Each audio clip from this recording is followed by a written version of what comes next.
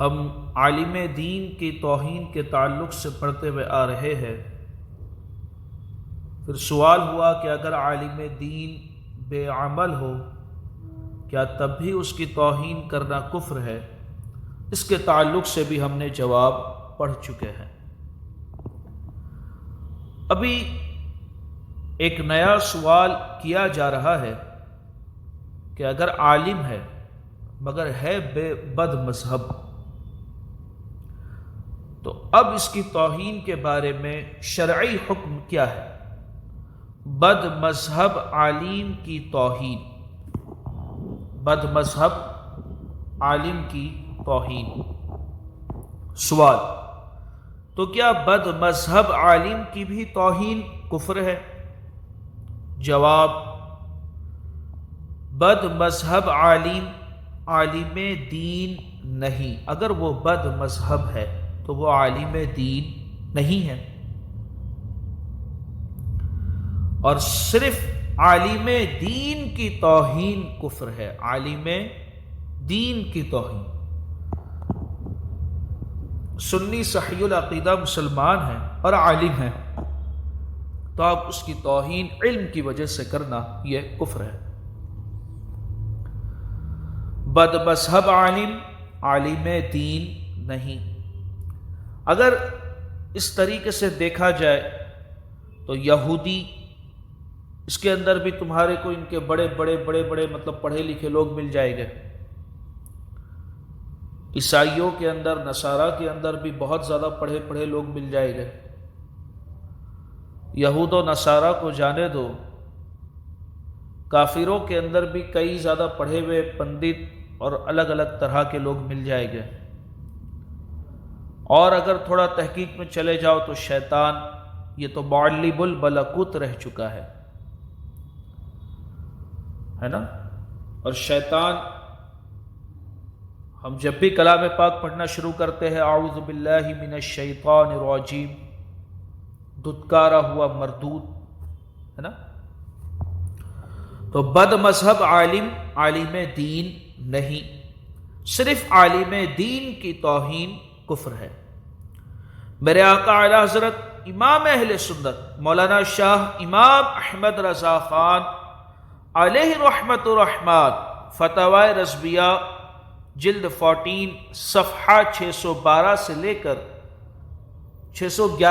کر 612 پر فرماتے ہیں: عالم دین صحیح العقیدہ، عالم دین صحیح العقیدہ، داعی الی اللہ، یعنی اللہ عز و جل کی طرف بلانے والا، اس کی توہین یہ کفر ہے۔ مجمع الانہر، یہ کتاب کا نام ہے، مجمع الانہر میں ہے، علماء اور سادات کی توہین کفر ہے۔ سادات کرام کے تعلق سے ہم نے کئی دن سیکھے اور پڑھے۔ سادات کرام کے تعلق سے مختلف سوال و جواب ہم نے پہلے پڑھ چکے ہیں۔ تو علماء اور سادات کرام کی توہین یہ کفر ہے۔ اور اسی کتاب میں ہے: جو کسی عالم کو حقارت سے مولویہ کہے، حقارت کی نیت سے مولویہ کہے، وہ کافر ہے۔ مگر یہ اوپر بتا دیا گیا اور واجب اللحاظ ہے کہ عالم وہی ہے جو سنی صحیح العقیدہ ہو۔ عالم دین اور عالم وہی ہے اور وہی عزت کے قابل ہے جو سنی صحیح العقیدہ ہو۔ عزت ملی اسی کے در سے ہے، اللہ کے در سے ہی عزت ملی ہے۔ اب عقیدہ ہی خراب ہے تو اب وہ عالم دین نہیں ہے۔ عالم وہی ہے جو سنی صحیح العقیدہ ہو۔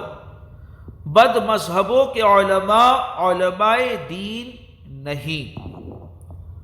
یوں تو ہندوؤں میں بھی پنڈت اور نصارہ کرسچنوں میں بھی پادری ہوتے ہیں، اور ابلیس کتنا بڑا عالم تھا جو معلم الملکوت یعنی فرشتوں کا استاد کہا جاتا تھا۔ قال اللہ تعالی، اللہ عز و جل فرماتا ہے: اضلہ اللہ علی علم، ترجمہ کنز الایمان، اللہ نے اسے باوصف علم کے گمراہ کیا۔ اس کے پاس علم تھا، اضلہ اللہ علی علم، اللہ نے اسے باوصف علم کے گمراہ کیا۔ اس کے اندر علم والی صفت تھی، علم تھا، وہ گمراہ ہوا۔ ایسوں کی توہین کفر نہیں، جو بد مذہب ہے، اب ان کی توہین یہ کفر نہیں، بلکہ تا حد مقدور فرض ہے۔ حدیث میں ہے، نبی کریم صلی اللہ تعالی علیہ وسلم فرماتے ہیں، کیا فاجر کے ذکر سے بچتے ہو؟